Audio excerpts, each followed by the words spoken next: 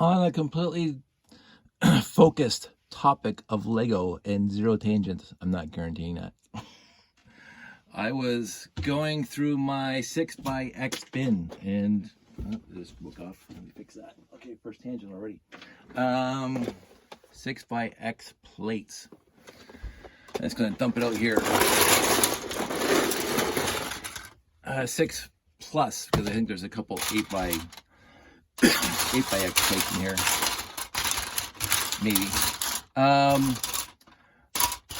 I could sort these things out more, but they all fit into the bin, and they go from 6x6 to 6x24 to 4, 6, 8, 10, 12, 14, 16, 18, 20, 22, 24. 6x24. I have at least 2 of those. They're a joy to have. They are basically the back of these. Oh, don't fall. Back of these guys, right?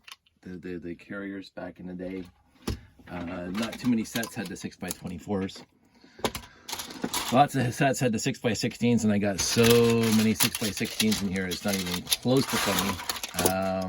That's a 6x14, which is relatively, I won't say relatively rare, but rarer than the 6x16s. So I got a couple 6x14s. This one's filthy. I do say one day I'm going to again wash all my bins again, because as I say, most bins, like actually every piece that comes into my collection gets washed before I roll it into my collection. But there was a time when my Lego collection was here in the basement, and then Sandy and I renovated the basement, and we didn't bother putting drop cloths or tarps or top of any of my Lego collection, and some got really dirty. So I do mean to, especially with the black, I mean to wash that. But I also, back in the day, I used to stack plates like this to cut down on storage space, because if you stack them, they take up less volume inside the bin. The problem is that, especially with my collection, some of these, like this one, they're very old and they get brittle, and they break pretty relatively easy. You can see this in an older one because you can see the injection mold, and I always talk about the injection molds on the side here. Newer ones, let's see if I can find a newer one.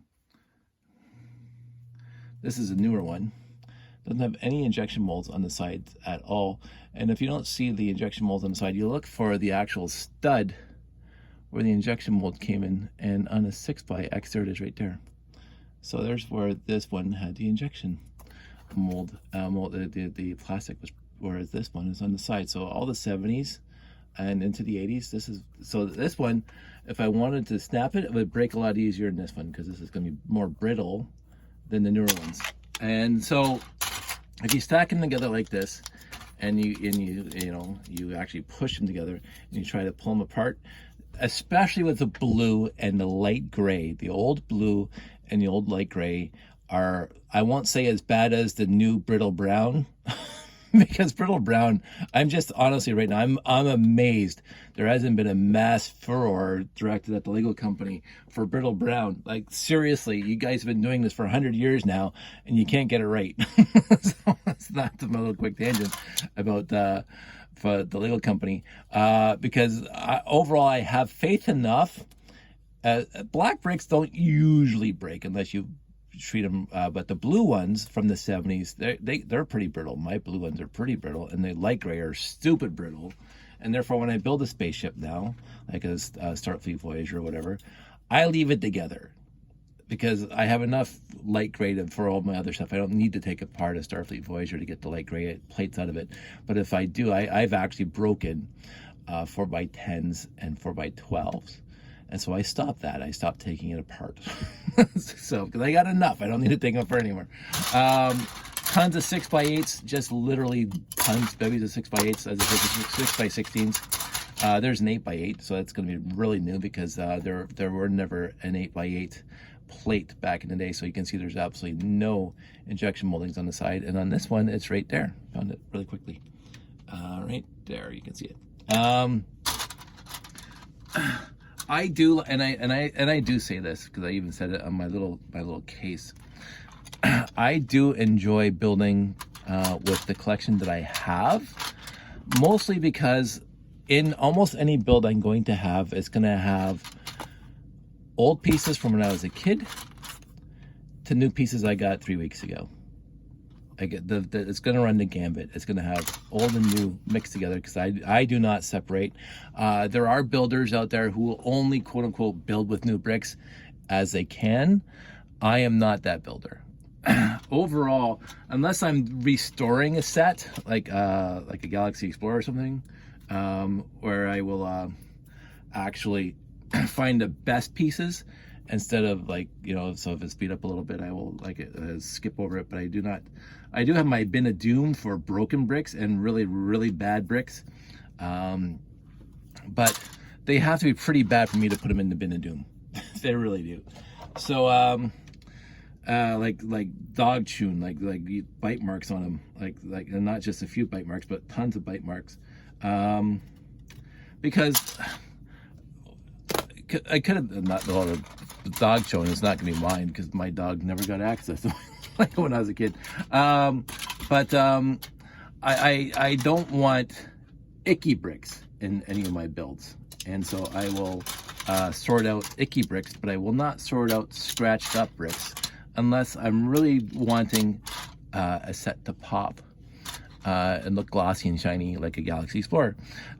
So overall, as I say, this collection here, this just my 6x collection here, you're gonna find parts. I mean, I'm gonna see if I can see if there's a patch pending on these. Again, the Lego connoisseurs would just be able to look at the back and say, oh, this came out of such and such and this year and blah blah blah. Usually when you see the Lego, it's a newer brick. The older ones didn't have that. Like, you look at this one, it's got a couple numbers on the bottom, but there's no Lego stamp on the back of this one. And oh, the injection molding's not even inside. The injection molding's on top, so there's an old one. Let me see if I can find an old one that has. Let's look at these guys. 6x24. Oh, I can't seem to find one right now. I just had a whole bunch that I was looking at. No, nope.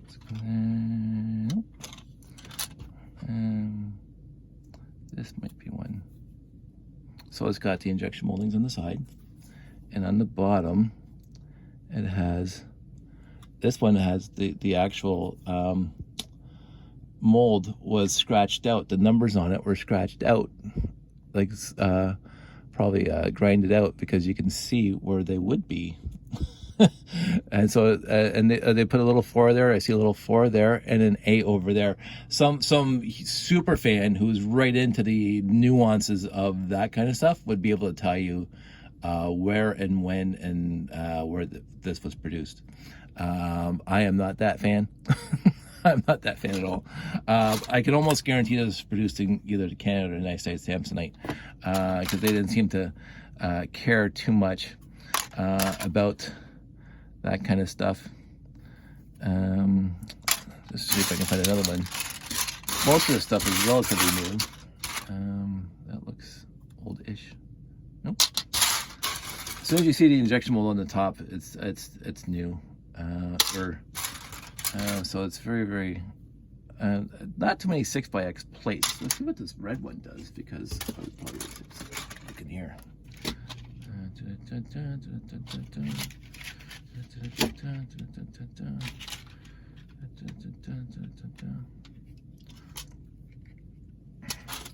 For these 6x16s, let's hold 2 of them up, and you can see the injection mold on exactly the same spot on both.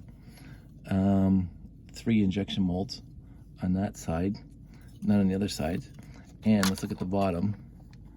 The bottom have a little stamp right there in the middle of that circle, and it says, it's a pat pen. Pat pen means something that's significant. I can't remember what it means. And this one also says pat pen. or did. So this is the other thing. So this is Pat Penn, and this is exactly the text is facing that way. This one says Pat Penn, and the text is facing that way. So this is the inconsistent molding process that I'm sure the Lego company wanted to get away from, which is why they brought one of the reasons why they bought the contract back from Samsonite. Because as far as I was told, Samsonite basically made the basic stuff like this stuff. They didn't make the space wings. They didn't make all those pieces. I believe those came from Denmark themselves back in the day, or other production facilities that were actually Lego company. And they just kept on producing like the basic sets, the 2, 4, 6, 8 sets. I could be wrong on that. But when I was there touring the company, the only molds I saw were for basic bricks and basic plates. I didn't see any fancy molds for minifigs or 1x2 modified plates with handles and stuff like that. I just saw basic brick molds when I was there. But I could be wrong. Again, I've been wrong before, and I'm not above being wrong again. But every once in a while, I like to do a deep dive into my collection and figure out, time and place-ish, and say, this is kind of neat stuff, because the company has been around for forever, almost 100 years, I guess, 1940, whatever, when they started making binding bricks, automatic binding bricks, whatever they want to call it. So you can actually do a deep dive and look at the history. And again, we used to have friends in our community that would bring some of the original Lego wooden toys to conventions and show off those things. And every once in a while, you'll see them roll those out, like the tractor and the duck and stuff like that, and the blocks, of which I already have 4, and those cost me not too much, but they are Lego. It says right there, Lego. And there was a whole set of them. I'm not sure how many were. I only have 4, which is fine. It's all I needed to have that. So before they made plastic building blocks, they made wooden toys, and they made furniture, and they made other things way back in the day.